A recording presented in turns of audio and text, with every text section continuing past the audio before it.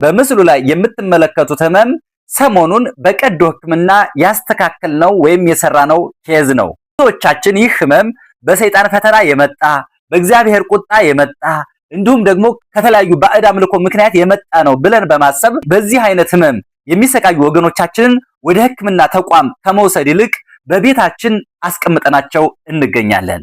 ነገር ግን ይህ ህመም ፈጽሞ ከላይ በተጠቀሱት ነገሮች የመጣ አይደለም። ይህ ህመም ብዙውን ጊዜ የሚከሰተው በህፃናት፣ በሽማግሌዎች እንዲሁም ብዙ ልጆችን በወለደች እናት ላይ ነው። ይህ ህመም በህክምና ቋንቋ ሬክታል ፕሮላፕስ ይባላል። ይህ ማለት የመጨረሻው የወፍራም አንጀቱ ክፍል በፊንጥጣ ተንሸራቶ ሲወጣ ማለት ነው። ይህ የሚሆነው ደግሞ በተለያዩ ምክንያቶች ሬክተምን ወይም የመጨረሻውን የወፍራም አንጀት ክፍል የሚደግፉ አካላቶች ሲደክሙ ወይም ደግሞ ሳያድጉ ሲቀሩ ነው ማለት ነው። ስለዚህ ይህ ህመም የተለያዩ አይነቶች የህክምና አማራጮች አሉት።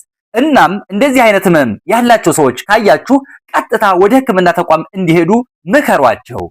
አንድ ጥያቄ ልጠይቃችሁ፣ በቅንነት መልሱልኝ።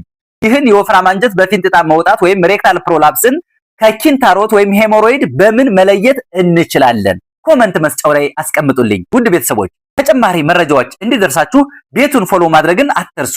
እናመሰግናለን።